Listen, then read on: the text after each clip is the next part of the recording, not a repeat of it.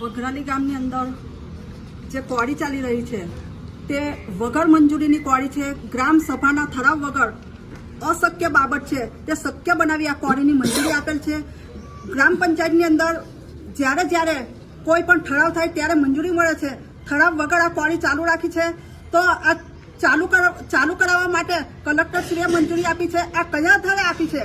કારણ કે મને સમજાતું નથી। કારણ કે ભાજપના જે દલાલો એ લોકોને કોળી આપી છે। એટલે મને એવું લાગે છે કે કલેક્ટર સાહેબનું અને ભાજપનું આ સંગઠન કરીને આ કોળી ચાલુ કરવામાં આવી છે। જ્યારે જ્યારે આ ખેડૂતો છે, ખેડૂતોને નુકસાન થાય છે, વન્ય પ્રાણીઓને અને બધાને જે નુકસાન કરે છે, તો એ લોકોને કોળી ચાલુ કરાવી હોય તો એ લોકોના વિસ્તારની અંદર એમના ઘર આગળ ચાલુ કરાવે, નહીં કે પૂર્વ વિસ્તારની અંદર। જ્યારે વઘરાલી ગામની અંદર નજીક સ્કૂલ આવેલી છે, આંગણવાડી છે, આ દરેક વસ્તુને નુકસાન કરે છે। જ્યારે નાસરીથી છેક ગરજ સુધીનો રસ્તો એટલો બધો ખરાબ થઈ ગયો છે કે ત્યાં આપણે અવર જવર કરવી હોય તો એક્સિડન્ટનો સંભવ છે, એટલા વાહનો ચાલે છે।